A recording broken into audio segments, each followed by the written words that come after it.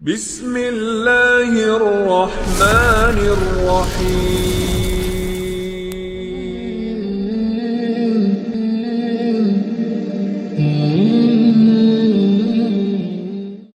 Kita tahu bahwa peperangan antara syaitan dan Bani Adam itu sudah berlaku sejak zaman Adam alaihi salatu wassalam diciptakan. Dan itu terlihat ketika Allah subhanahu wa ta'ala menceritakan tentang kisah Iblis dan Adam.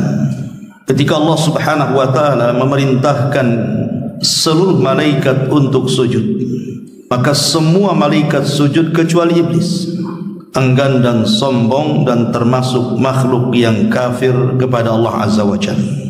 Dan itu difirmankan dalam Al-Quranul Karim, wa idh qala rabbuka lil malaikati isjudu li Adam fasajadu illa iblis aba wastakbara wa kana minal kafirin. Dan ketika kami katakan kepada para malaikat, sujudlah kalian kepada Adam, semua malaikat sujud. Tentu yang dimaksud sujud di sini adalah sujud penghormatan, bukan sujud ibadah. Karena sujud ibadah tidak boleh diberikan kecuali kepada Allah. Kecuali Iblis, dia enggan sujud, maka Allah katakan aba wastakbara wa kana minal kafirin. Iblis pun enggan, kemudian sombong dan termasuk makhluk yang kufur. Lah sejak peristiwa ini, maka tertanamlah permusuhan Iblis kepada Adam. Karena Allah subhanahu wa ta'ala akhirnya mengutuk Iblis dan mengeluarkan dari sorga. Maka akhirnya Iblis pun bersumpah di hadapan Allah, fabi izzatika la ughwiyannahum ajmain illa ibadaka minhumul mukhlasin. Demi kemuliaanmu ya Rabb, sungguh aku akan sesatkan mereka Bani Adam semuanya, kecuali hamba-hambamu yang ikhlas.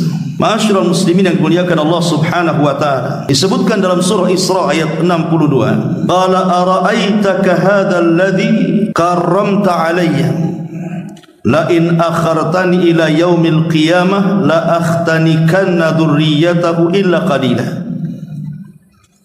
Iblis pun berkata, terangkanlah kepadaku, inikah yang lebih engkau muliakan daripada aku? Maksudnya ketika Iblis tidak mau sujud kepada Adam karena dia merasa lebih mulia dibandingkan Adam. Kemudian Iblis mengatakan, sekiranya engkau memberi waktu kepadaku sampai hari kiamat, pasti aku akan sesatkan seluruh keturunan Adam kecuali sebagian kecil dari mereka. Lihat bagaimana sumpah Iblis di hadapan Allah subhanahu wa ta'ala akan menyesatkan Bani Adam sampai kiamat dibangkitkan. Bertolak dari sinilah, maka kita akan membahas tentang beberapa amalan-amalan syaitan yang berhasil setan masukkan ke dalam manusia, sehingga sebagian mereka ada yang menjadi pengikut syaitan. Kita akan bagi beberapa pembahasan. Pertama, kita akan membahas tentang madakhilus syaitan alal insan. Dari mana setan ini masuk kepada manusia sehingga manusia mengikuti jejak langkahnya. Kemudian yang kedua, amalan apa saja yang merupakan amalan-amalan yang dihiasi syaitan kepada manusia. Kemudian yang terakhir, kita bicara soal bagaimana caranya kita terhindar dari godaan dan waswas syaitan. Mudah-mudahan cukup waktunya karena pembahasannya panjang. Pertama, bicara tentang madakhil asyaitan. Dari mana setan ini ketika menggoda kita? Yang pertama, dari hubbud dunya wa tulul amal. Setan akan menanamkan kepada kita dengan was-wasnya supaya kita cinta dunia dan mulai panjang angan-angan. Setan tahu bahwa manusia ini diberikan oleh Allah subhanahu wa ta'ala hawa nafsu. Hawa nafsu inilah yang mendorong manusia untuk melakukan kejahatan. Artinya bahwa tanpa digoda setan pun manusia itu bisa jahat dengan hawa nafsunya. Apalagi kemudian datang setan memberikan was-was, maka itu lebih manjur lagi, salah satu waswas yang diberikan oleh syaitan kepada Bani Adam adalah lewat kecintaan manusia kepada dunia. Sebab kalau orang sudah cinta dunia, pasti lupa akhirat. Kalau sudah lupa akhirat, dipastikan jarang ibadah, karena yang dikejar dunia. Ini yang pertama. Yang kedua, al-ghadabu, dari marah yang ditimbulkan oleh kita. Nabi SAW mengatakan, innal ghadaba minasyaitan, sesungguhnya marah atau emosi itu bagian dari syaitan. Wa inna syaitan khuliqa min nar, dan setan itu diciptakan dari api. Wa innama tudfa'un nar bil ma, makanya api bisa dipadamkan dengan air. Fa idza ghadiba ahadukum falyatawadda, maka ketika salah seorang di antara kalian sedang kondisi marah, maka berwudulah. Jadi setan akan masuk ketika manusia marah. Setan akan masuk di situ. Makanya lihat orang-orang yang marah itu, terkadang ucapan yang dikeluarkan pun tidak sadar dia. Dia akan mengeluarkan ucapan apapun yang dia ucapkan di situ. Terkadang binatang-binatang keluar, terkadang kalimat-kalimat kotor keluar, namanya orang lagi marah. Lah, yang seperti itu ditimbulkan dari syaitan. Makanya Rasul memberikan solusi di sini, ketika marah berwudu. Ya tentu solusi ketika marah banyak. Kata Rasul, apabila berdiri sedang marah, duduk. Kalau sedang duduk masih marah, baring. Kalau sudah baring masih marah, cari tempat lain. Kalau masih marah, berwudu. Kalau masih marah, solat, kan begitu. Jadi banyak solusi dari Nabi SAW. Kemudian yang ketiga, al-hiqdu wal hasad. Setan masuk dari kedengkian dan hasad. Karena hasad sendiri adalah penyakit setan. Bahkan penyakit yang pertama kali dilakukan oleh makhluk itu hasad. Pertama hasadnya iblis ketika disuruh untuk sujud kepada Adam, dia tidak mau. Itu tidak maunya iblis karena hasad. Artinya dosa yang pertama kali di langit adalah hasad. Kemudian dosa yang pertama kali di bumi juga hasad. Hasadnya Qabil kepada Habil berakhir dengan pembunuhan. Maka hasad ini bagian daripada pintu yang digunakan syaitan untuk masuk menyesatkan Bani Adam. Dan hasad ini sangat bahaya, karena bisa menggugurkan banyak kebaikan. Kata Rasul, iyyakum wal hasad, fa innal hasada ya'kulul hasanat kama ta'kulun narul hatab. Hati-hati kalian jangan hasad, karena hasad itu bisa memakan semua kebaikan, seperti seperti api melahap kayu bakar, kata Nabi. Kemudian yang keempat, al-kibr, masuk dari pintu kesombongan. Karena sombong itu adalah juga sifat syaitan. Dia sombong di hadapan Allah Subhanahu wa taala. Ketika Allah merintahkan sujud, dia tak mau. Itulah bentuk sombongnya. Maka dia berusaha untuk menanamkan sifat sombong kepada manusia. Dari pintu sombong inilah iblis masuk, syaitan masuk, sehingga membuat fitnah di tengah-tengah manusia. Lah tentu bentuk sombong ini kan macam-macam. Ada bentuk sombong ini meremehkan dan merendahkan orang lain. Ada juga bentuk sombong ini ditinjau dari cara berjalan, membusungkan dada seolah-olah dia lebih mulia dibandingkan yang lainnya. Atau juga menolak nasihat. Karena Rasulullah SAW juga yang mengatakan bahwa sombong itu adalah batrul haq wa ghamdun nas, menolak kebenaran artinya nasihat, dan merendahkan orang lain, dan semuanya ada pada diri syaitan. Kemudian juga yang semana dengan sombong adalah ujub. Ujub itu merasa bangga diri, dan ujub ini bisa mencelakakan kita. Kenapa demikian? Karena biasanya orang yang ujub itu buta mata, merasa bahwa dirinya lebih mulia dan orang lain itu di bawahnya. Kemudian juga orang ujub ini merasa amalannya pasti diterima, dan amalan orang lain itu di bawahnya. Makanya kenapa para ulama sampai mengatakan Kalau kita ini kaya amalan, banyak beramal soleh, tapi ada ujubnya, itu tidak lebih baik daripada orang yang melakukan maksiat tapi dia takut dengan dosanya. Sampai ulama mengatakan seperti itu. Atau kita balik, orang yang bermaksiat kepada Allah Azza wa Jalla tapi takut dengan dosa yang dilakukannya, itu lebih baik dibandingkan orang yang tidak pernah bermaksiat dan beramal saleh tapi ada ujub di hatinya. Karena ujub ini bisa membatalkan semua amal. Ini yang kelima. Kemudian yang keenam, ar-riya, masuk daripada pintu riya. Karena riya inilah yang membatalkan amalan yang dilakukannya, dan syaitan sangat senang kalau ada orang yang tidak ikhlas. Karena itulah target daripada iblis ketika dia bersumpah di hadapan Allah, la ughwiyannahum ajmain illa ibadaka minhumul mukhlasin. Aku akan sesatkan semua anak turunan Adam kecuali orang-orang yang ikhlas. Dan orang riya itu tidak ikhlas. Makanya kemudian setan masuk dari jalur riya ini. Kemudian juga setan masuk dari jalur al-bukhlu wasyuhru. Al-bukhlu wasyuhru, kebakhilan dan kekikiran.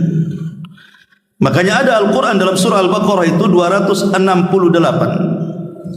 Bagaimana syaitan itu akan mendekati orang yang punya niat untuk bersedekah. Kemudian setan akan membisikkan di telinganya. Apa bisikannya? Asyaitanu ya'idukumul faqra wa ya'murukum bil fahsya. Setan akan menjanjikan kefakiran dan akan memerintahkan keburukan. Jadi setan akan berikan was-was kepada orang yang bersedekah, jangan kau sedekah nanti fakir. Jangan kamu sedekah nanti miskin.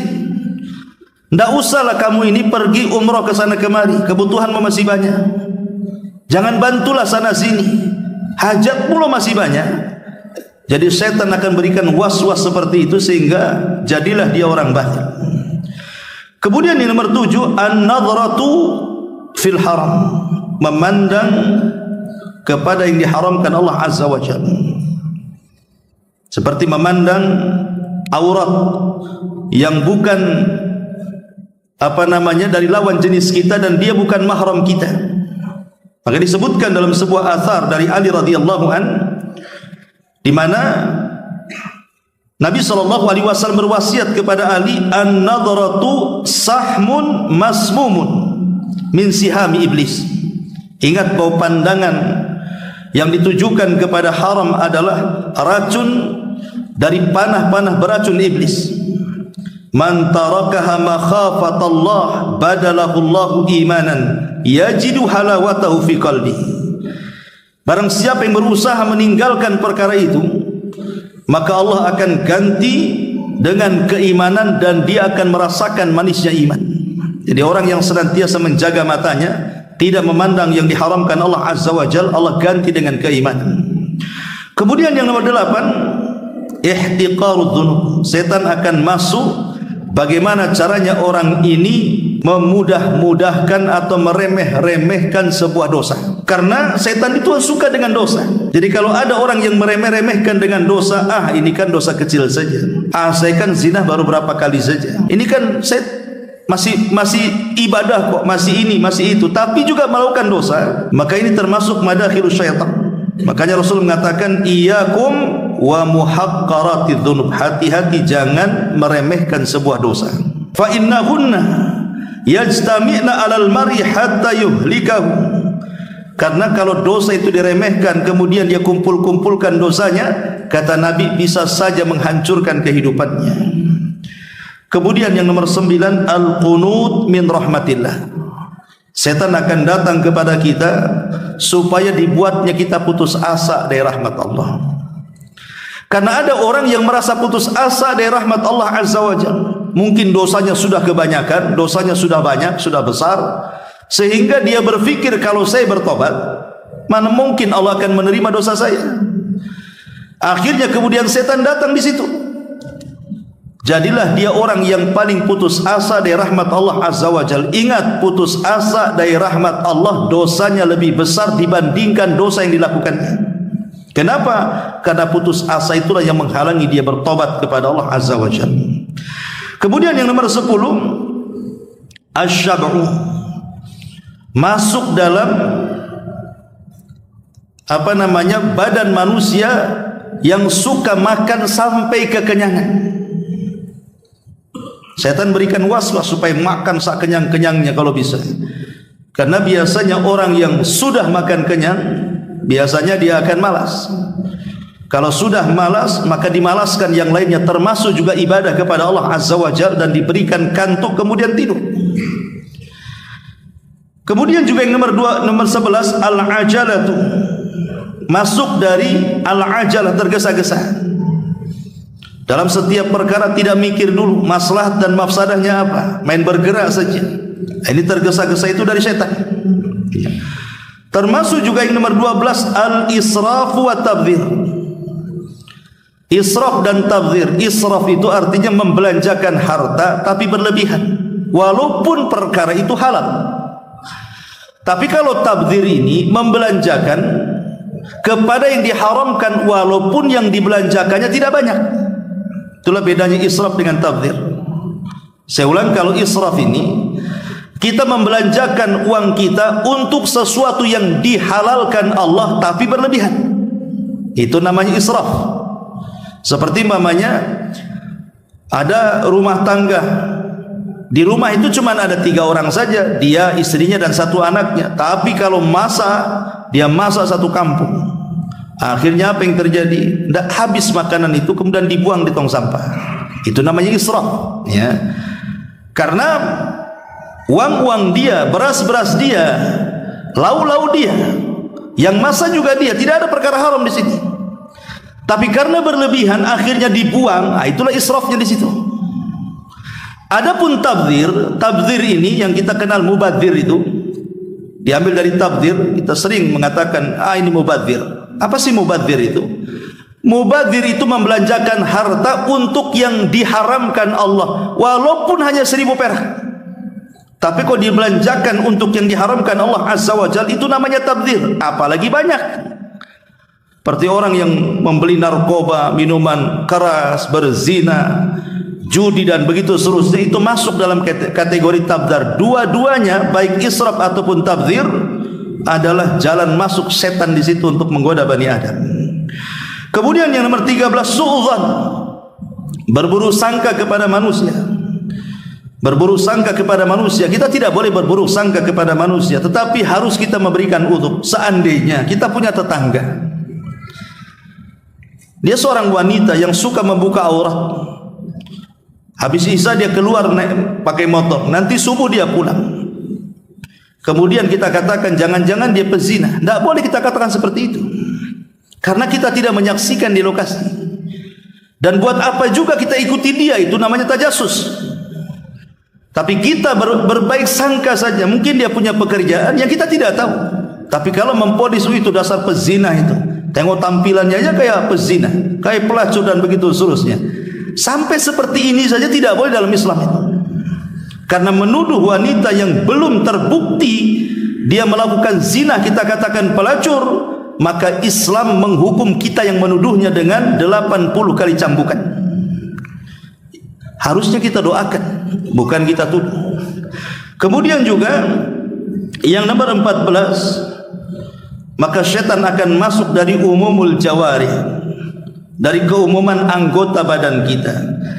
Terkadang masuk ke mata kita sehingga menimbulkan penyakit ain, masuk ke hati kita sehingga menimbulkan hasad dan dengki, masuk ke kaki kita sehingga melangkahkan ke tempat-tempat maksiat dan begitu seterusnya.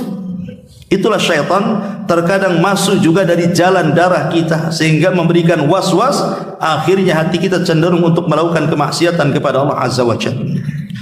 Ma'asyiral muslimin yang dimuliakan Allah Azza wa Jalla, ada perkataan bagus daripada Imam Ibnul Qayyim rahimahullahu ta'ala.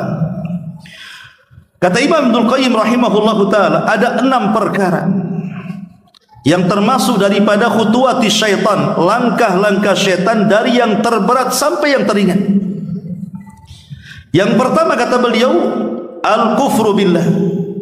Macam mana syaitan ini membuat kita ini kufur, membuat kita ini keluar dari Islam.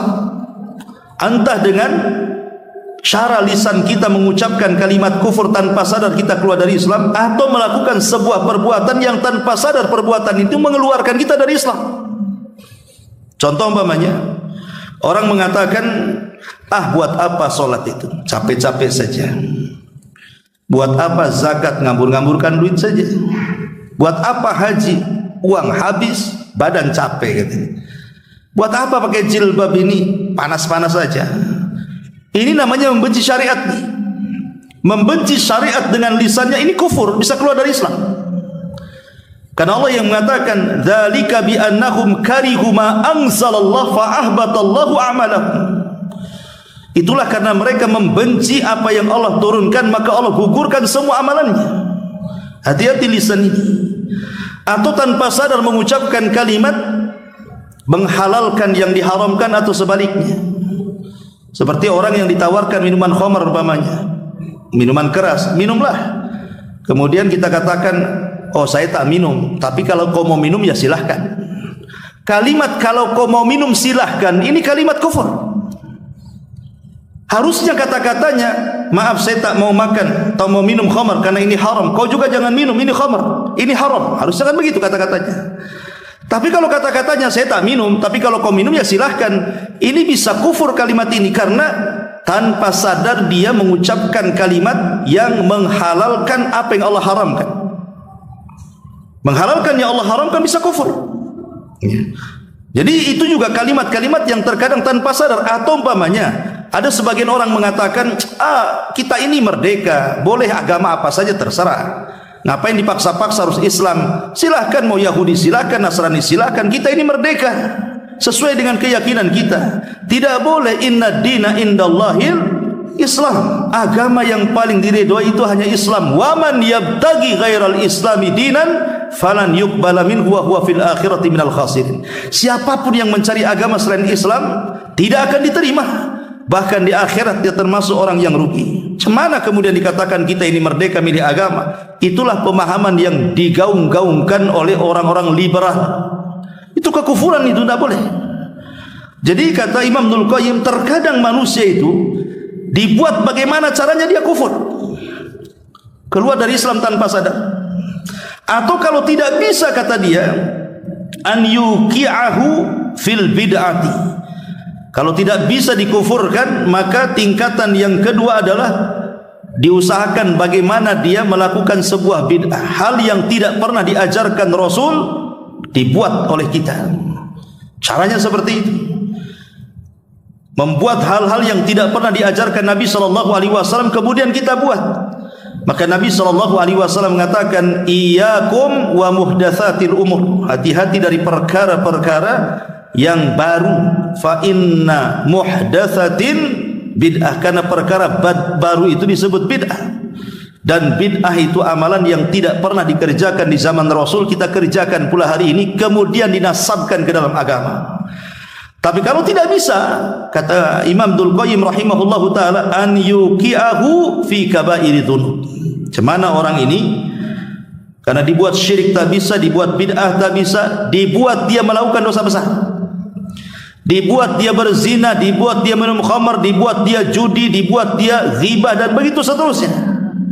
Tapi kalau tidak bisa juga imannya kokoh, maka yang keempat, an yuqi'ahu fi saghairi dzunub. Dibuatnya dia melakukan dosa-dosa kecil. Memandang aurat ya yang bukan mahramnya. Dan ini banyak dengan adanya medsos ini kan, hari-hari kita pandang aurat tuh. Memang kita tidak memandang di jalan-jalan di mall, tapi ada di handphone semua. Tapi kalau juga dia tidak bisa digoda untuk melakukan dosa kecil, maka yang kelima, at-tausi'atu fil mubahat. Dibuatnya sibuk dengan perkara-perkara mubah, main bola sampai keasikan, akhirnya lewat waktu sholat, ngobrol lama-lama, akhirnya lupa ibadah. Memang ngobrol kan mubah, tapi kalau keasikan akhirnya kemudian lewat waktu sholat, jadi haram tuh hukumnya. Dibuatnya perkara-perkara mubah itu dilama-lamainnya tuh. Kalau tidak bisa juga, maka yang keenam, an yushghilahu bil mafdul anil fadil.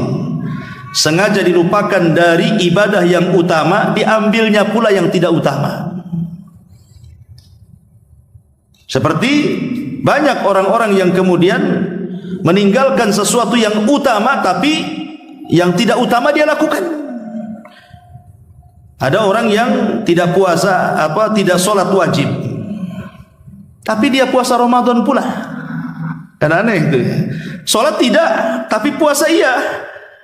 Padahal yang menentukan diterima puasa itu sholat wajib itu, kan begitu. Faman saluhat sholatuhu saluha sairu amali. Kalau sholatnya baik, semua amal dianggap baik. Nah, yang utama itu sholatnya, kenapa sibuk puasanya? Nah, dibuat kayak gitu oleh setan itu.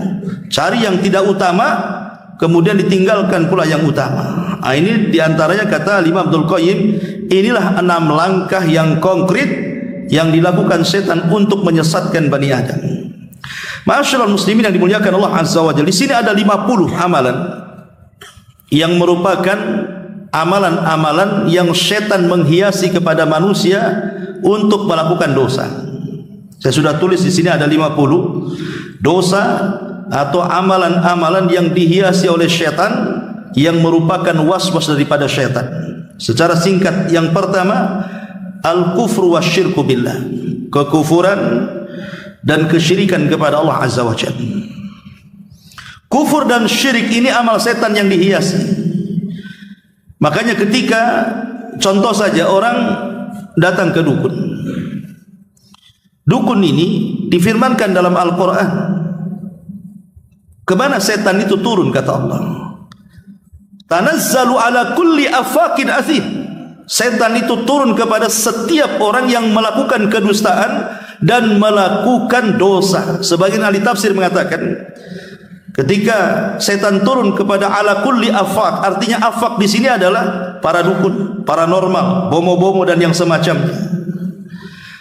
Lah setan itu menghiasi mereka. Terkadang menghabarkan satu berita kebenaran, tapi dicampur adukan 99 kedustaan. Makanya kalau ada dukun meramal kok benar, itu namanya kebetulan. Karena 99 ramalan yang lainnya tidak terbukti. Cuman kadang-kadang yang diviralkan, yang terbuktinya, yang 99% yang tidak terbukti itu tadi viralkan pula sama dia. Akhirnya manusia percaya, kan begitu.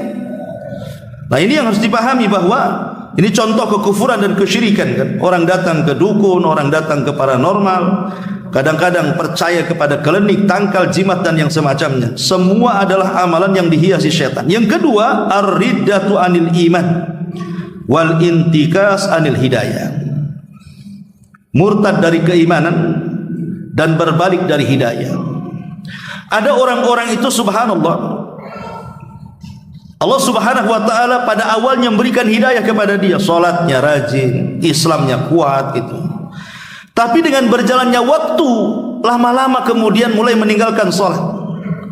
Lama-lama tidak pernah hadir di majelis taklim. Belakangan terakhir murtad pula dia. Ada orang yang seperti itu, ya. Karena bagaimanapun ada satu kisah dalam Al-Qur'an itu namanya kisah Bal'am ibn Ba'urah. Bal'am ibn Ba'urah itu seorang ulama. Itu bukan orang biasa, ulamanya Bani Israel. Semua manusia kalau minta fatwa datang kepada Bal'am ibn Ba'urah.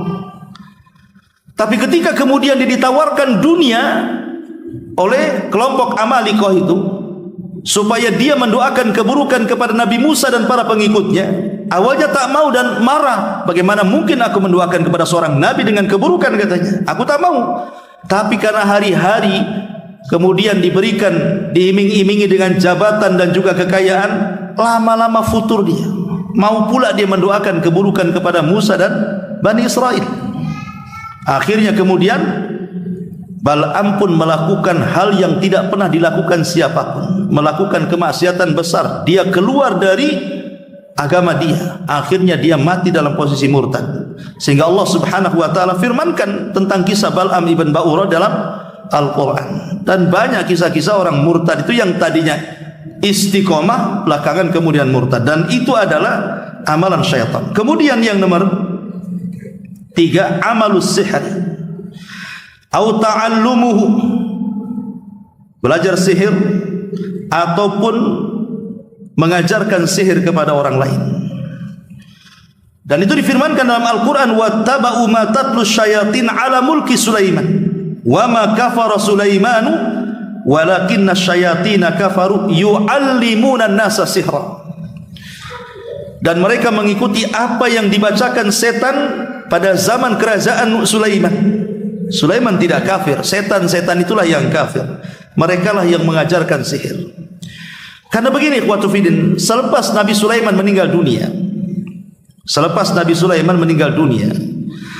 maka kemudian setan ini datang kepada manusia untuk menggali situs yang berada di bawah singgasana kursi Sulaiman. Di situ ada kotak.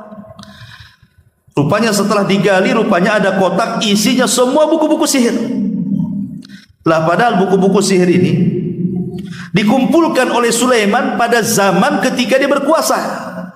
Karena kan di zaman Sulaiman berkuasa itu banyak tukang sihir di mana-mana. Jadi Sulaiman hendak memberantas mereka.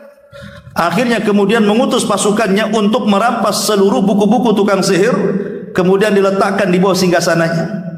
Kemudian mengancam kepada jin dan juga manusia, siapa yang mengambil buku-buku ini di bawah singgasanaku, kalau dia manusia ku bunuh.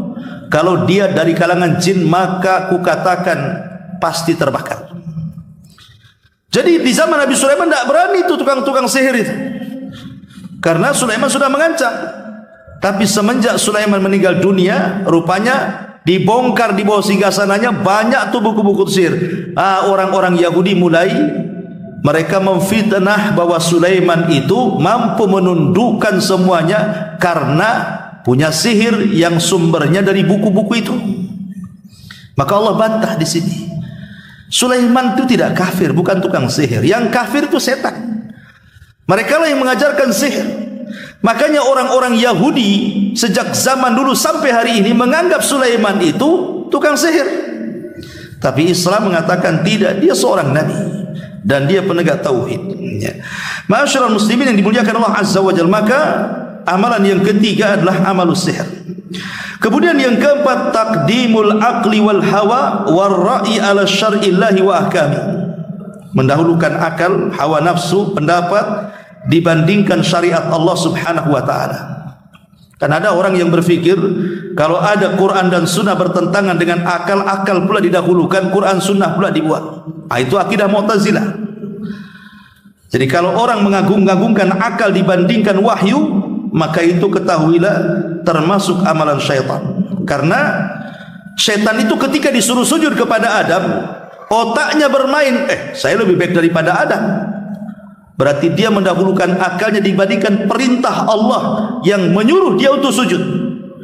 Dia tak mau sujud. Kenapa? Karena mendahulukan akal dia. Perasaan iblis, enak saja saya suruh sujud, saya kan lebih baik daripada Adam. Saya diciptakan dari api dan api lebih dekat dari cahaya, artinya saya dekat dengan malaikat. Adam dari mana? Tanah dekat dengan cahaya katanya.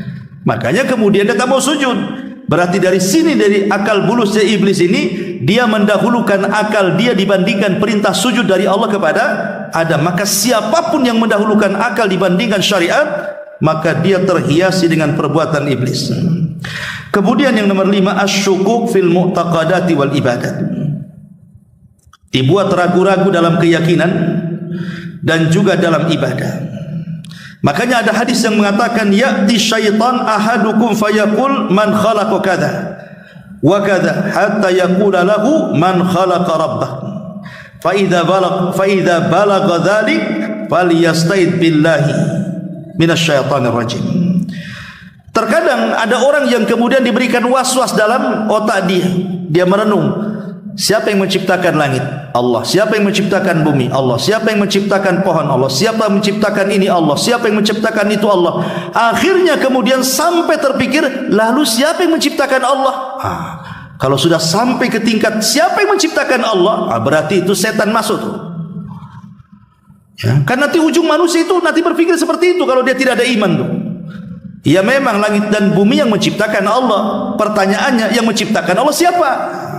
Kalau sudah sampai otak kita ini berpikir siapa yang menciptakan Allah, maka kata Nabi SAW, faliyasta'id minasyaitan, berlindunglah kepada Allah karena itu datang dari waswas syaitan. Kemudian juga yang nomor 6, at-tahakum ila taghut, berhukum dengan taghut, ya. Maksudnya taghut di sini bisa dalam bentuk qanun, undang-undang yang menyelisih Al-Quran dan Sunnah. Undang-undang yang menyelisih Al-Quran dan Sunnah. Kalau ada orang yang mengatakan bahwa hukum Allah tidak lebih baik daripada hukum manusia, berarti dia telah berhukum dengan taghut. Dan itu yang dikehendaki syaitan. Dan bisa kufur dia, keluar dari Islam. Kalau dia menganggap bahwa hukum yang dibuat manusia lebih baik dibandingkan hukum yang dibuat Allah, kufur dia. Lain kalau seandainya, saya sih yakin Quran Sunnah itu lebih baik, tapi nampaknya kalau diterapkan di negara kita ini hukum-hukumnya belum pas. Karena kita belum siap, makanya masih pakai hukum manusia.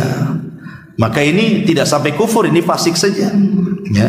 Tapi kalau dia terang-terangan mengatakan bahwa tidak layak, Quran Sunnah tidak relevan lagi, apalagi kemudian hukum rajam ini sadis sekali ini, ini tidak baik, bagus hukum ini saja, ini lebih adil, menurut dia kufur, keluar dari Islam dia. Itu at-tahakum ila taghut, ya. Kemudian yang nomor 7, mufaraqatu ahli sunnati wal jamaah, keluar dari pemahaman ahli sunnah wal jamaah. Karena Rasul yang mengatakan alaikum bil jamaati wa iyyakum wal furqati, fa inna syaitan ma'al wahid wa huwa ma'al itsnaini abad, wa man arada buhatal jannati falyalzamil jamaah. Wajib atas kalian berjamaah. Berjamaah di sini artinya ikut orang ramai pemerintah, ikut pemahaman pemerintah kita. Jangan sampai kita terpisah dari pemerintah, apalagi sampai kemudian memberontak.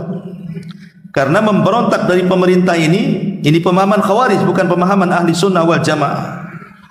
Karena kalau kita bersendirian, berpisah dari pemerintah, maka setan akan lebih dekat dengan dia, dan kalau seandainya dia bergabung dengan jamaah, setan akan lebih jauh dari dia. Begitu kata Nabi SAW.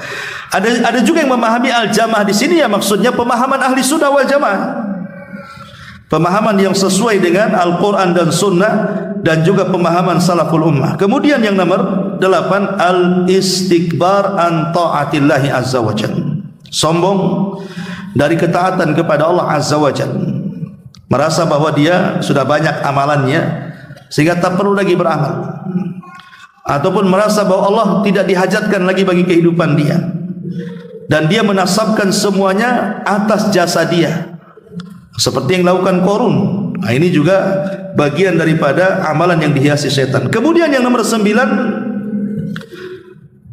taghyiru khalqillah, merubah ciptaan-ciptaan Allah, dan ini paling banyak.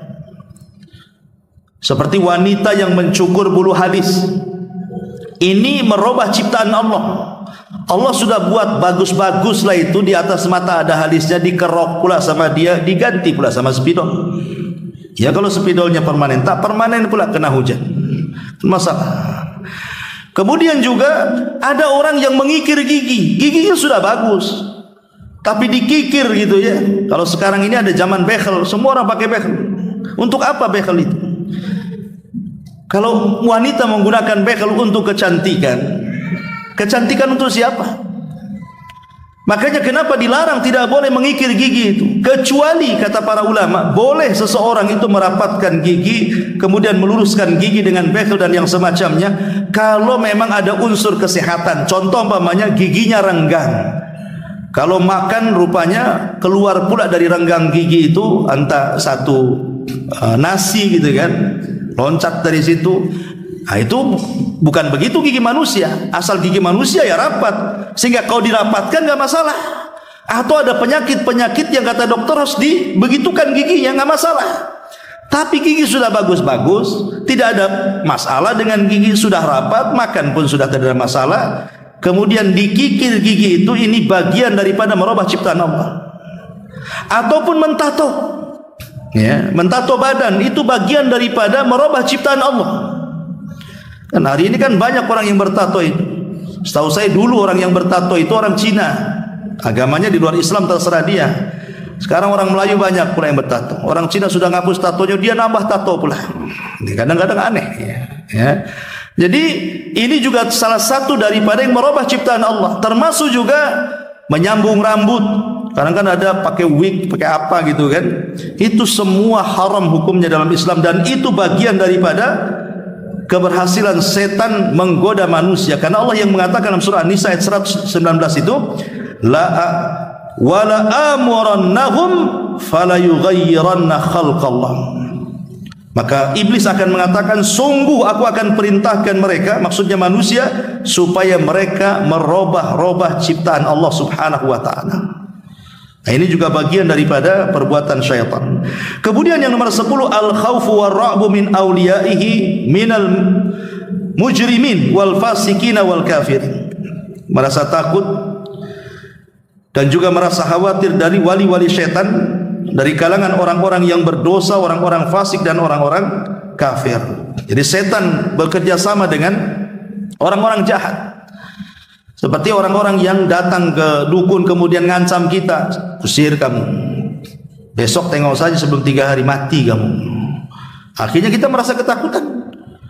Ya, ketika merasa ketakutan, akhirnya dia cari penangkal. Kau punya dukun, aku cari dukun lagi lah. Ayo kita perang dukun. Nah, jadi akhirnya kan menakut-nakuti, atau lewat setan kita ditakut-takuti. Seperti umpamanya orang yang kita lihat kalau kurang iman, kurang ibadah, itu kan ada orang-orang itu penakut. Kalau orang sudah penakut, biasanya sesuatu apapun yang dilihat dia pasti dikait-kaitkan dengan setan. Namanya di rumah lampu mati, tiba-tiba ada suara seng, padahal seng ini kena angin sebenarnya, tapi udah takut kita ini. Ada setan di seng katanya. Padahal seng itu, ataupun mungkin gorden yang goyang-goyang kena angin, dan itu. Kemudian langsung ketakutan, kok gorden digoyang-goyang, ada apa ini? Nah. Ataupun mungkin ada suara angin yang sangat kencang, atau mungkin ada bayangan atau apa. Setan ini akan berusaha menakut-nakuti kita. Sebenarnya takut kepada setan bukan syirik, tapi masalahnya setelah itu kalau dia melakukan hal-hal yang diharamkan, itulah yang kemudian setan berhasil menakut-nakuti kita. Makanya kata Nabi SAW, idza nazala manzilan falyakul a'udzu bikalimatillahi tammati min syarri ma khalaq. Kalau kita ini singgah di sebuah tempat dan di situ menakutkan, bacalah kata Rasul, a'udzu bikalimatillahi tammati min syarri ma khalaq. Aku berlindung kepada Allah dengan kalimat-kalimatmu yang sempurna, maksudnya Al-Quran, dari keburukan ciptaanmu yang kau ciptakan. Kalau kita membaca zikir seperti ini, apa kata Rasul? Lam yadurrahu hatta yartahil min manzilihi dzalika. Maka tidak akan madaratkan apapun yang dibuat waswas setan kepada kita. Ataupun kalau terlalu panjang lah, a'udzu bikalimatillahi tammati min syarri ma khalaq, saya enggak hafal Ustaz, lupa kadang-kadang. Maka cukup yang paling pendek mengucapkan basmalah. Kata Rasul, kalau engkau lewati sebuah tempat menakutkan, jangan pedulikan satu, yang kedua bacalah basmalah. Jadi 2 di situ. Jangan pedulikan, yang kedua baca basmalah. Jadi kalau kita ini jalan di kegelapan gitu kan, entah naik motor, entah jalan kaki, entah lewat kuburan, entah lewat yang menyeramkan, kata Rasul jangan pedulikan, baca basmalah. Ya. Kemudian juga yang nomor 11, al-halifu billahi kadziban, bersumpah kepada Allah dengan cara dusta. Karena yang pertama kali bersumpah atas nama Allah untuk kedustaan itu iblis. Iblis mengatakan kepada Adam kan, wa qasamahuma inni lakuma laminan nasir. Hai Adam, demi Allah aku datang ini sebagai penasehat. Kenapa Allah larang kau dekat-dekat pohon itu?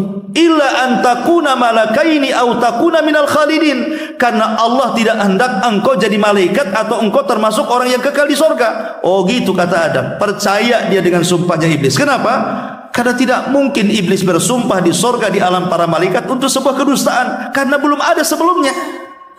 Makanya iblis, Adam percaya saja, kecuali kalau sebelumnya Adam pernah dikibuli gitu ya. Ada orang bersumpah kepada Allah untuk sebuah kedustaan, boleh jadi mungkin Adam tidak percaya dengan iblis. Tapi itu kan makhluk pertama yang bersumpah atas nama Allah untuk sebuah kedustaan tuh. Bahwa dia bersumpah atas nama Allah, bahwa kenapa Allah itu melarang kau dekat-dekat pohon itu, karena takut Allah kau jadi malaikat atau engkau termasuk orang yang kekal di surga. Kata Adam, enak juga ya. Kalau saya tak makan nanti saya tak kekal pula di sini. Makanya dia makan tuh, termakan oleh sumpahnya iblis. Maka siapapun yang bersumpah atas nama Allah untuk sebuah kedustaan, berarti itulah sumpahnya iblis. Dan ini banyak di pasar-pasar itu. Orang yang sumpah-sumpah, wow demi Allah, ini bagus, ini padahal tak bagus, ya kan?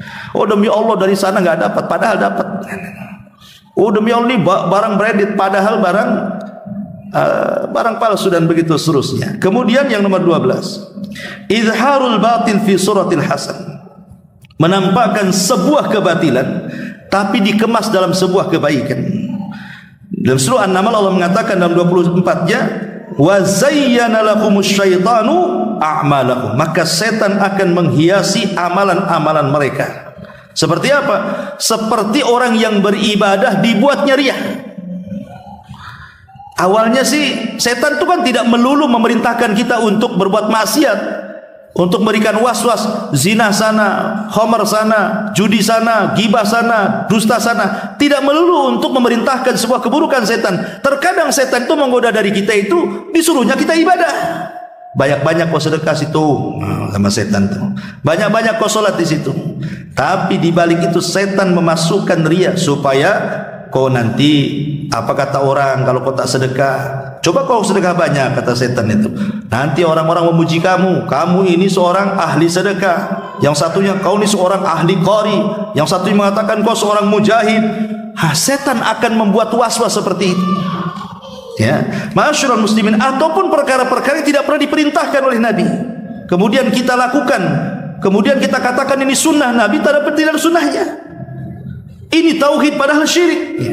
Nah, ini juga termasuk juga amalan-amalan yang dihiasi setan. Kemudian yang nomor 13, al-jidalu bil batil wa bi ghairi hujjatin wa awil barahin.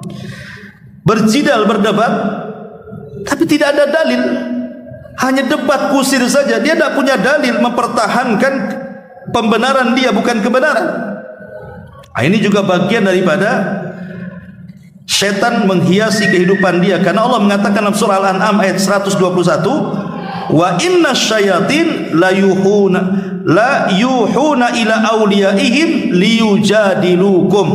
Sungguhnya setan akan mewahyukan kepada para walinya supaya mereka berdebat dengan kalian. Jadi debat yang tidak ada hujahnya, tidak ada dalilnya, menangeyelnya saja, maka itu bagian daripada setan menghiasi amal kita. Kemudian yang nomor 14, al-qawlu 'ala Allah bighairi ilmin. Mengucapkan sesuatu, dinasabkan atas nama Allah tapi tanpa ilmu. Seperti orang yang berdakwah, mengajak manusia tanpa ilmu. Akhirnya yang diajak dia sesat, menyesatkan manusia. Kan seperti itu, seperti contohlah yang sekarang lagi viral gitu ya, yang sudah saya bahas tentang siapa itu Mama Gufron gitu ya, yang makoli nggak jelas tuh. Dinasabkan ini sabda Nabi katanya. Nabi bersabda, inna makoli rahmati, dan begitu seterusnya. Itu lafadznya begitu, bukan bahasa Arab, bahasa makoli kan. Coba antum cek tuh, hadis yang dibaca Mama Gufron itu dalam kitab-kitab induk. Kan ada Sahih Bukhari, Sahih Muslim, Abu Dawud, Tirmidzi, Ibnu Majah, Tabrani, macam-macam kan itu. Coba ada enggak lafaz inna makoli dalam kitab-kitab induk tuh? Enggak ada. Satu kitab pun tak ada. Hatta hadis maudhu pun tak ada. Tapi dia karang sendiri. Kemudian disampaikan kepada umat. Ini kuatufirin, ini bagian daripada amal-amal syaitan, kawan. Ya, tidak benar. Alhamdulillah sekarang MUI bersuara. Kalau kemarin MUI diam saja, sekarang sudah mulai bersuara ini, ya kan? Bahkan sudah ada pemanggilan lagi. Alhamdulillah. Memang enggak usah dibiarkan kayak gini nih. Negara kita ini aneh. Setiap ajaran sesat ada aja pengikutnya. Yang ngaku nabi cuma ada pengikutnya. Kemudian yang nomor 15, an-naumu an salatil fajri hina yusbihul insan. Tidur sehingga tidak melaksanakan salat fajar sampai pagi. Dalam sabul hadis Nabi SAW mengatakan, jadi Abdullah ibn Mas'ud radhiyallahu mengatakan, disebutkan di sisi Nabi SAW, rajulun nama lailatan, ada seorang laki-laki tidur di malam hari, hatta asbah, sampai pagi lewat subuh. Maka Rasul mengatakan dzaka rajulun bala syaitanu fi udhunaihi, itulah orang yang dikencingi kedua telinganya setan. Kalau ada orang yang kemudian bablas subuh, bangun jam 7, bangun jam 8, berarti dua telinganya penuh dengan kencing setan. Sebagian para ulama mengatakan, apa yang dimaksud bala syaitan, kencing setan itu maksudnya apa? Ada yang mengatakan maksudnya setan itu bukan kencing beneran kayak kencing kita, tidak. Maksudnya setan menyumpal di telinga kita ini supaya kita akhirnya menolak hidayah. Dibuatnya kita menolak hidayah, menolak panggilan Allah Azza wa Jalla. Ya. Ada juga yang mengatakan bahwa maksudnya ya secara hakikat memang setan itu mengencingi telinga kita sehingga kita tidak terdengar azan. Ada juga yang maksudnya setan hendak menghinakan kita. Dengan cara apa? Mengencingi kedua telinga kita. Setan hendak merendahkan kita sementara kita ini lebih mulia dibandingkan iblis. Tapi ada orang-orang yang mau dihinakan dan mau terhina dengan syaitan dengan cara apa? Dia tak bangun subuh. Anehnya tak marah pula dia dikencingi setan tuh. Coba kalau saya yang kencingi, apa enggak ditabok saya itu? Tapi kalau setan yang mengencingi, kok tak ditabok pula setan itu? Malah nyantai aja, besok dikencingi lagi, besok dikencingi lagi coba. Karena aneh di sini. Jadi orang yang kemudian lewat solat fajar, hakikatnya maka dia dikuasai setan di sini. Termasuk yang nomor 16, adamu adaitis salati ma'a jama'atil muslimin. Jarang solat berjamaah.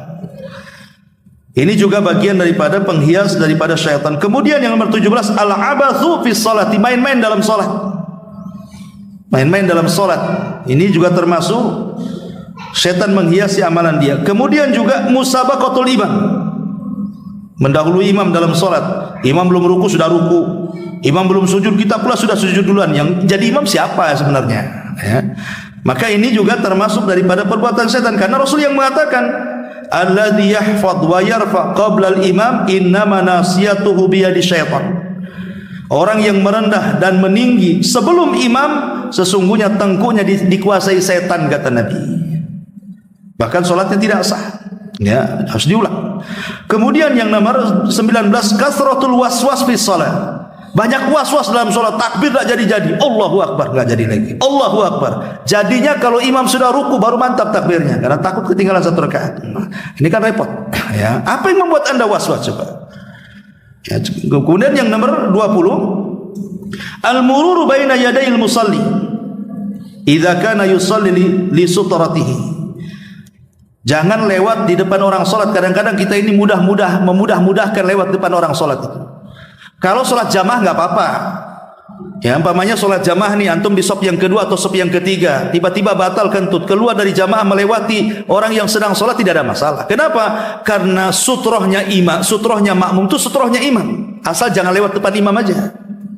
Tapi kalau dia sedang solat sendiri, solat sunnah, habis selesai solat wajib, itu kan kadang-kadang banyak orang-orang awam yang tidak tahu sutroh. Kadang-kadang solat menyebarkan di mana-mana. Ya kalau yang paham pasti dia cari tiang atau cari tembok, ya kan? Atau cari orang yang duduk, kemudian dia jadikan orang yang duduk itu sutroh dia. Tapi banyak orang nggak paham di situ. Kadang-kadang solat centang perenang di mana-mana kan? Lah kita ini jangan sampai lewat depan orang solat. Cari, tunggu. Kalau memang bisa ditunggu dia sampai selesai baru lewat. Kalau bisa di belakangnya, di belakangnya. Tapi kalau tidak bisa, tunggu dia sampai selesai. Kecuali kalau ada hajat mendesak, kata para ulama, boleh kita melewati orang solat, tapi diperkirakan 3 hasta. Satu hasta segini, satu ini satu hasta nih namanya ini. Nah, 3 ini kita perkirakan yang 3 hasta, 1, 2, 3, sebelah situ baru lewat. Itu maksudnya. Kalaupun harus lewat, karena ada hal yang mendesak.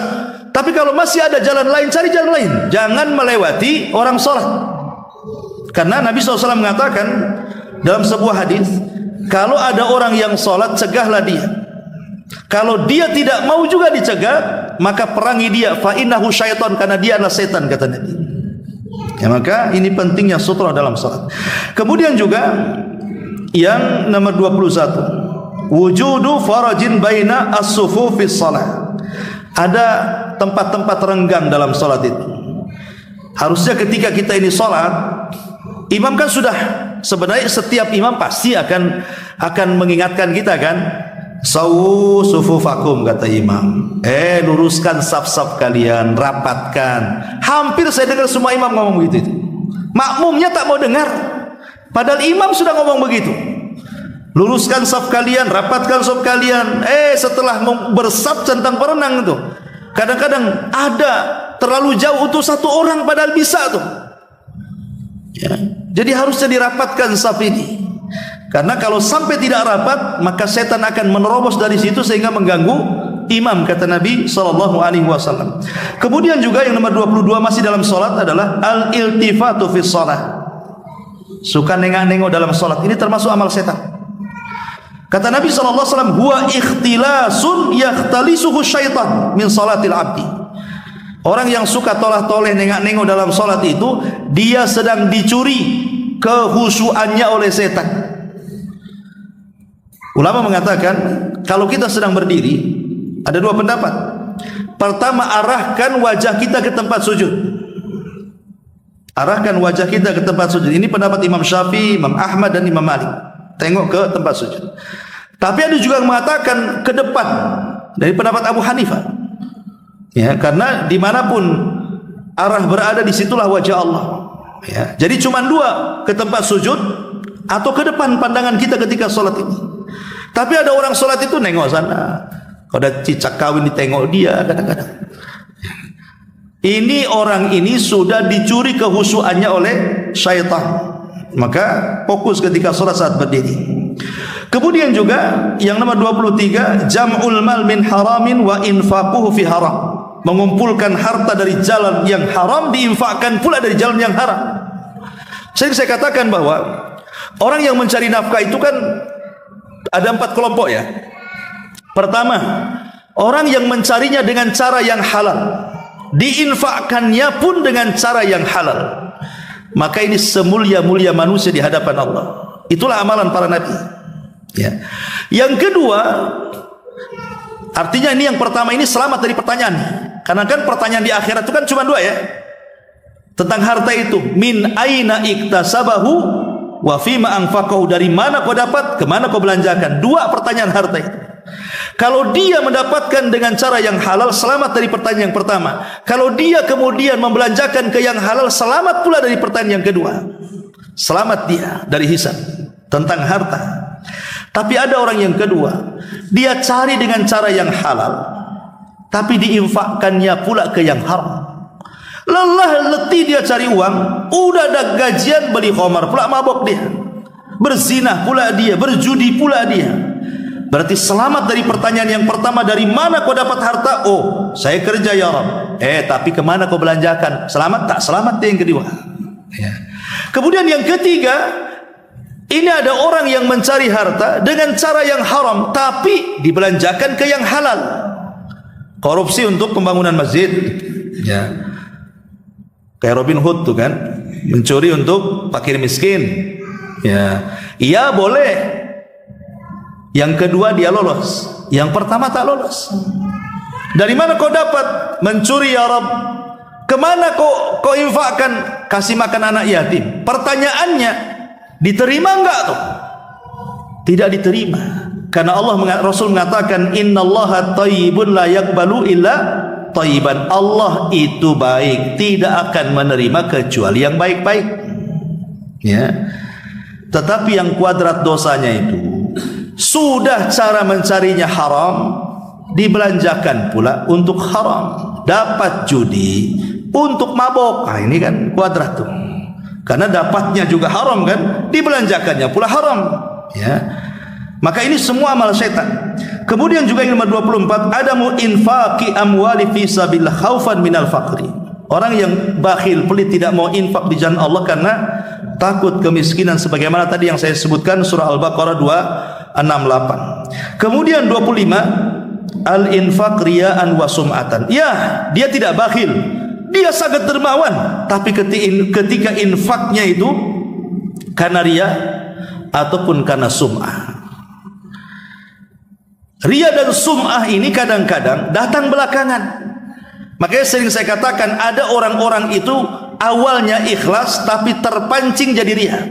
Awalnya ikhlas jadi terpancing jadi sum'ah. Makanya menjaga keikhlasan itu bukan hanya ketika bersedekahnya, tapi seterusnya. Contoh umpamanya ini, dia sudah sedekah nih ke muhajirin 20 tahun yang silam, dia sudah sedekah ke muhajirin di sini. Artinya kan dia ikhlas diterima. Dia setelah 20 tahun nggak pernah kedatang ke sini, dia sholat di sini. Ngomong sama kawannya, dulu loh saya juga ikut infak loh di sini. Padahal 20 tahun yang silam loh. Ngapain pula disebut-sebut? Coba kalau tidak disebutkan sudah diterima. Ya. Atau yang sering contohkan umpamanya, saya infak nih ke pengurus ini. Ini saya infak untuk pembangunan masjid. Baik Pak. Siapa namanya? Oh enggak usah. Tulis saja Abdullah katanya di situ. Oh ya baik Abdullah. Besoknya infak lagi, tulis lagi Abdullah. Adalah 10 Abdullah. Kemudian ada tetangganya mengatakan, Pak, Bapak ini kaya. Itu masjid tak jadi-jadi. Tolonglah bantu. Kau tak tahu tuh Abdullah itu siapa? Ini yang bahaya nih. Ini kalau sudah kayak gini nih, ini ria kepancing namanya. Atau sum'ah juga bisa. Kita ini sudah ikhlas sebenarnya, tidak mau orang tahu, tidak mau orang dibicarakan. Tapi gara-gara ada kawan diinfak di tempat yang sama, rupanya kemudian takmir masjid ngomong, Bapak kenal si Anu? Kenal, itu tetangga saya katanya. Iya dia suka infak kemari, Masya Allah dia kalau infak itu tidak mau disebut namanya. Akhirnya tetangganya ngomong, saya dengar kok suka infak ke muhajirin ini. Siapa bilang? Itu pengurus yang ngomong. Masa sih? Iya. Yang benar iya. Waktu ngomong Pak Imam hadir nggak di situ? Ada. Pak Ustadz ada juga di situ. Dikejar sama dia. Ya, itu namanya sum'ah karena lezat ketika dia mendengar. Ya. Harusnya kan kalau dia itu nggak benar itu, nggak udah selesai sampai di sini pergi kan? Bukan dikejar pertanyaannya. Itu waktu pengurus ngomong itu dia ngomong apa? Itu kan dikejar namanya. Kalau dia pujian kan sedap. Itulah namanya sum'ah namanya. Lah ini yang hal-hal yang seperti ini adalah perbuatan syaitan. Kemudian yang nomor 26, tabdzirul amwal wal israf fil infaq. Ini tadi sudah saya jelaskan tentang israf dan tabdzir. Kalau israf membelanjakan sesuatu dari perkara halal tapi berlebihan. Ada juga yang mengatakan begini, israf ini masuk juga tentang tabdzir ini masuk juga kepada adamu siyanatil ma. Ulama memasukkan bagian daripada tabdzir itu tidak bisa menjaga barang. Pamannya kita ini punya handphone. Sebenarnya kalau kita jaga handphone itu setahun 2 tahun tidak akan rusak. Ya. Tapi karena tidak menjaga, asal letak, kadang-kadang asal taruh gitu ya, akhirnya kepijak, akhirnya ketiduran, akhirnya kedudukan, akhirnya mudah rusak. Itu bagian daripada tabdzir kata ulama. Karena dia tidak bisa menjaga barang. Ingat, jadi tabdzir itu bukan hanya menghambur-hamburkan harta untuk kemaksiatan, tidak. Orang yang tidak bisa menjaga barang, tidak pandai merawat barang, itu juga tabdzir. Dan haram hukumnya. Ya. Sampai seperti itu ya para ulama. Kemudian juga yang nomor 28 tahwinu nomor 27 kullu ma da'aka ila fi'li maksiatin aw tarki ta'ah. Setiap yang mengajak kamu untuk melakukan kemaksiatan atau meninggalkan ketaatan, maka itu bagian daripada gangguan syaitan juga. Pokoknya ada kawan ngajak, ini mau ke masjid, toto datang kawan, ayo kita ke mall lah katanya. Tak jadi ngaji, hanya ke mall. Ya. Kemudian ada orang yang mau bersedekah, nanti dulu lah, jangan pakai uangnya, saya perlu, boleh enggak? Nah, jadi ada orang yang berbuat baik, dia kemudian halang-halangi, ataupun hawa nafsu dia yang menghalang-halanginya kan gitu. Ketika mau sedekah pikir, aduh ya juga ini belum nih, akhirnya tak jadi.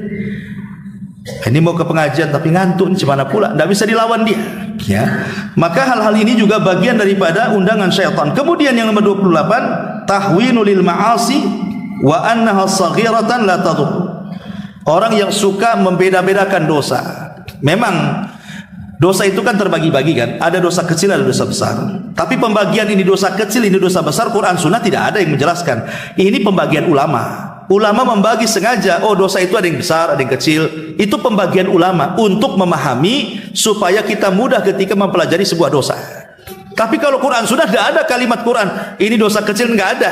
Ya, itu pembagian para ulama supaya memudahkan kita hanya belajar gitu saja. Tetapi jangan sampai kemudian pembagian dosa ini merangsang kita untuk melakukan dosa. Contohnya umpamanya, ini kan dosa kecil saja, belum dosa besar, enggak apa-apalah kan gitu.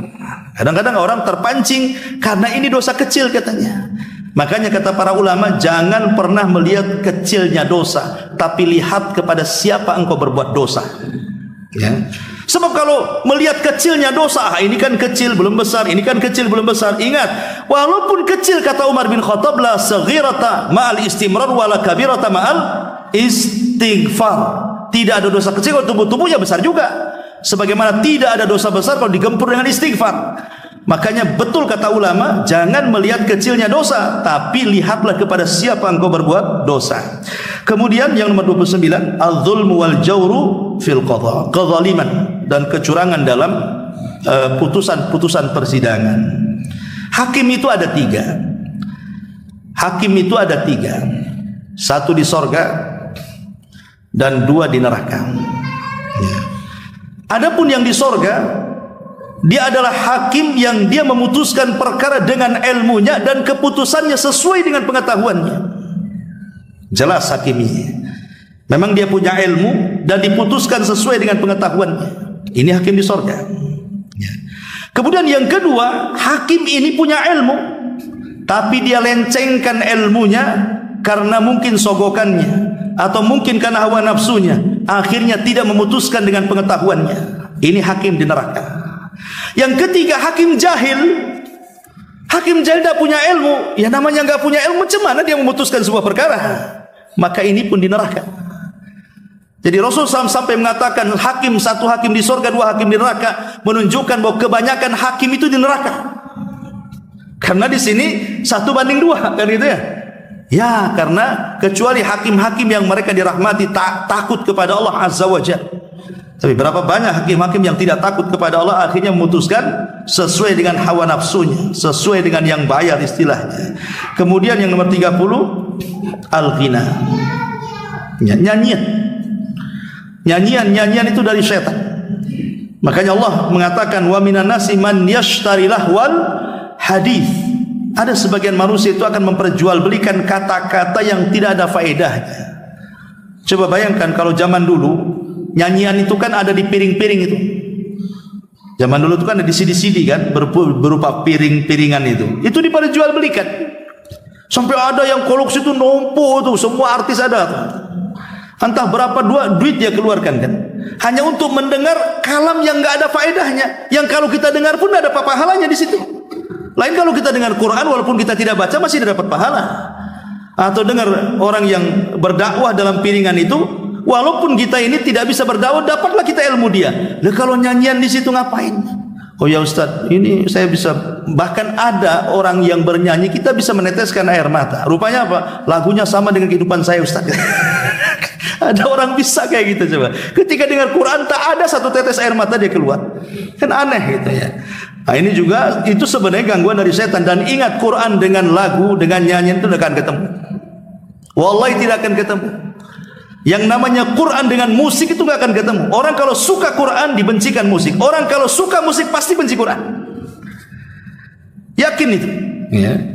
Ma'asyiral muslimin yang dimuliakan Allah Azza wa Jalla. Ini yang nomor 31, al-khuruj minal baiti li ma'siyatillah. Keluar dari rumah dalam rangka bermaksiat kepada Allah.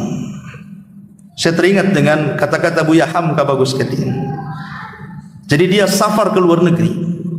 Negeri itu sebenarnya dikenal dengan tempat maksiat kepada Allah Azza wa Jalla. Ya. Tetapi kata Buya Hamka, selama aku berada di hotel situ, kata dia, dan aku jalan-jalan, nggak pernah aku dapati hal-hal yang sangat buruk yang terbayang bahwa itu adalah negeri maksiat, pasti banyak pelacuran, pasti banyak ini. Nggak ada kata dia. Nggak saya dapati. Kenapa rahasianya kata Buya Hamka? Karena niat saya ke situ lillah. Tapi coba kalau niat saya ke situ untuk bermaksiat, pasti dapat. Orang kalau safar tujuannya maksiat pasti dapat. Kan dicari-cari itu, akan diantarkan sama setan sini. Saya kasih tahu, itu tempat maksiat. Tapi kalau niat safarnya karena Allah, walaupun di situ mungkin ada dekat, mungkin tempat lokalisasi, tempat judi, tempat apa, pasti Allah akan tutup soalnya nggak tahu di mana tempatnya. Makanya niat karena Allah ketika safar itu penting. supaya tidak ditunjukkan keburukan. Tapi kalau niatnya memang ada terbentik sedikit untuk maksiat, Allah tunjukkan tempat maksiat itu. Makanya ini juga bagian daripada gangguan setan. Kemudian juga yang nomor 32, at-tafarruq bil qulubi wal abdan. Orang berpecah belah. Ya, baik badannya tidak mau ketemu, hatinya apalagi saling menjauh. Maka perpecahan ini banyak terjadi antar pengurus masjid, antar pengurus yayasan, antar organisasi, macam-macam kan itu. Kadang-kadang nggak jelas masalahnya apa kadang-kadang. Orang menghajar itu kan ada waktunya, boleh 3 hari, lebih 3 hari tak boleh. Boleh kita ini tidak sapaan, boleh, cuma 3 hari. Lebih 3 hari kalau tidak sapaan, tidak memulai dengan salam, bisa berdosa kita. Seperti umpamanya kita bermasalah dengan istri kita, boleh, tidak ada masalah, tidak cakap, tidak ngomong dengan istri kita, tapi jangan lebih dari 3 hari. Kalau lebih dari 3 hari antum sengaja tidak bicara, berdosa. Ya, karena kalau dalam rumah tangga itu kan ada step-stepnya. Nasihat dulu, kalau tak bisa ya tadi pisah ranjang, tak mau ngomong. Kalau tidak bisa ya dipukul, pukul pun harus jelas maslahatnya. Kalau dengan memukul berubah, pukul. Kalau dengan dipukul tak berubah, ngapain dipukul? Gak ada gunanya pukulan itu, nyakiti dia saja. ADRT kan itu, nggak boleh.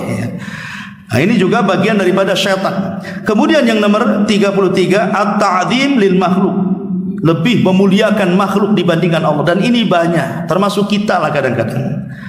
Kalau seandainya antum nih ajudannya wali kota, Pak Wali ngomong, saya dari Jakarta datang ke Batam jam 3 malam, tolong jemput saya.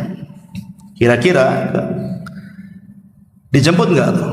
Dijemputlah, mobilnya pasti dibersihkan, diwangi-wangikan, dia pun tak tidur juga tuh, takut kebablasan kan itu ya. Itu perhatian kepada Pak Wali Kota. Tapi di waktu yang sama jam 3 Allah itu turun. Yanzilu Rabbuna ila sama'id dunya fi kulli thuluthil lailil akhir.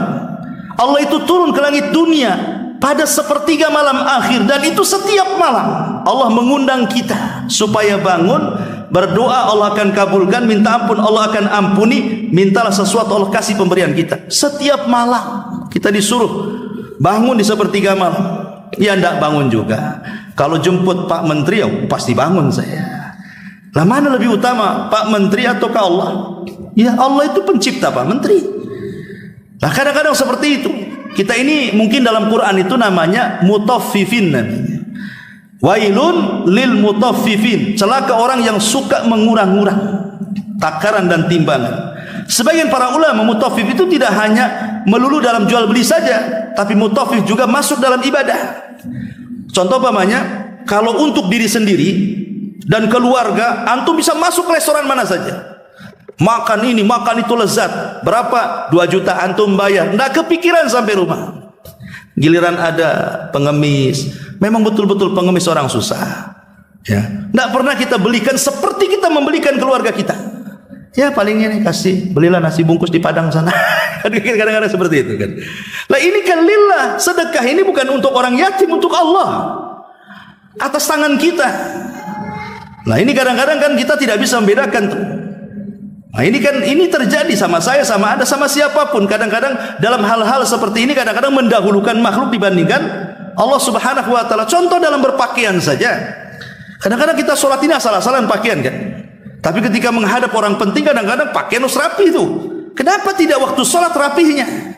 Yang jelas-jelas Allah lebih utama, harus dihormati dibandingkan makhluk-makhluknya. Lah ini karena setan yang menghiasi.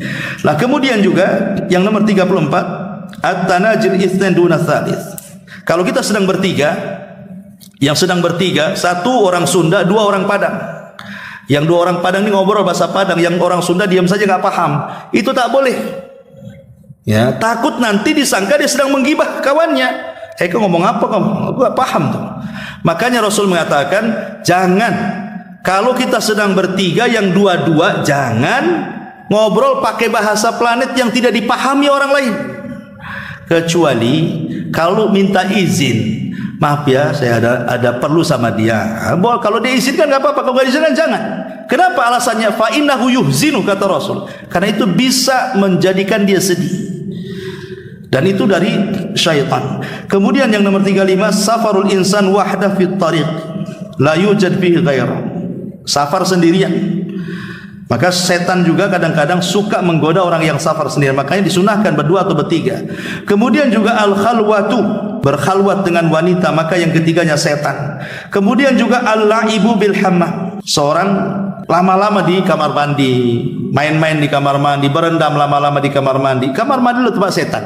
Makanya kita masuk saja disuruh untuk a'udzubillahi minal khubthi wal khaba'is. Tapi memang setan cerdas. Sekarang kalau orang bangun rumah mewah, itu kamar mandi interiornya lebih indah dibandingkan kamar dia sendiri tuh. Jadi kalau masuk kamar mandi rasanya keluar lagi tuh kan. Itu setan sebenarnya. Apa ini indah-indah kamar mandi? Kamar mandi itu fungsinya cuma dua, buang hajat kecil dan besar, keluar lagi sudah. Nggak ada lagi fungsi yang lain. Mandi sekedarnya. Makanya kenapa kemudian Muawiyah, bukan Muawiyah bin Sufyan, sahabat yang lain bertanya kepada Nabi SAW, ya Rasulullah, kalau saya bersendirian, apakah saya juga harus menutup aurat? Ya, maka Rasulullah mengatakan, ya, karena Allah lebih berhak dimalui. Jadi kalau kita telanjang, tidak ada hajat tiba-tiba kita buka pakaian begitu saja, maka walaupun tidak ada yang melihat, Allah melihat kamu, kata Rasul. Maka kita membuka aurat itu kalau ada hajat saja. Kalau tidak ada hajat jangan buka aurat. Karena kalau tidak ada hajat buka aurat, malulah dengan Allah Azza wa Jalla. Kalaupun harus buka aurat, maka masuk ke kamar mandi itu berta'awudz dan baca basmalah supaya mata jin dengan aurat kita itu terhalang. Kemudian juga yang 38, al-ajalatu fil umur, bersegera dalam perkara tadi, ajalah, ya. Tergesa-gesa dalam urusan, tidak menimbang maslahat dan mafsadahnya, ya. Termasuk juga al-furqatu baina az-zawjaini, perselisihan suami istri itu dari setan. Karena setan itu paling bangga kalau ada suami yang menceraikan istrinya. Itu paling bangga tuh.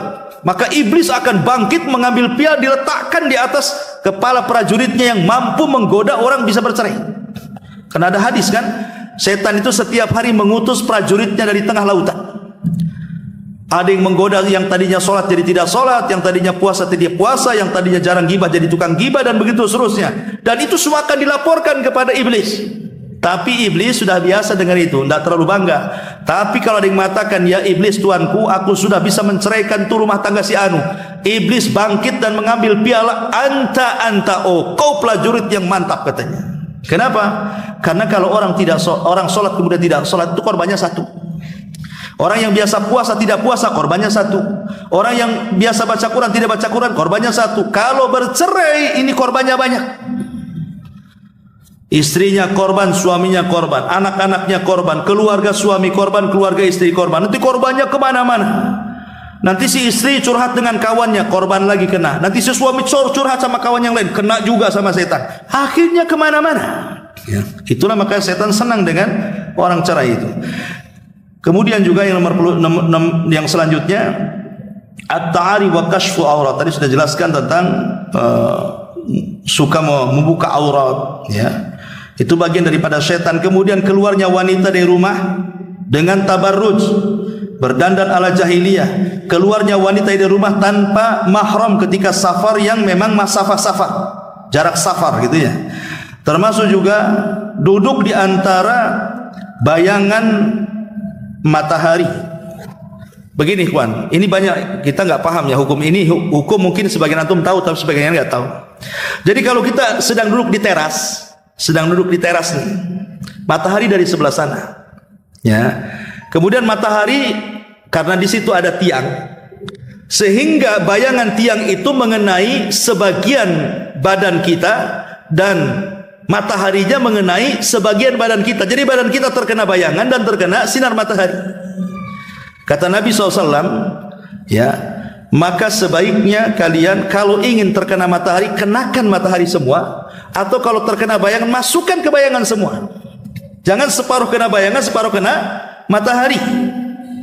Itu ada hadisnya, ya. Karena ini juga bagian daripada amal setan, ya. Termasuk juga menakut-nakuti dengan senjata, mengancam lewat handphone walaupun tidak ada senjata, ya awas dipolisikan kamu, padahal dia nggak salah kan itu. Kemudian juga makan dan minum dengan tangan kiri. Kemudian makan dan minum berlebihan, israf, ya. Kemudian juga was-was ketika berwudu sampai ngabisin air satu bak mandi, enggak kelar-kelar wudunya tuh. Itu was-was dari setan, ya.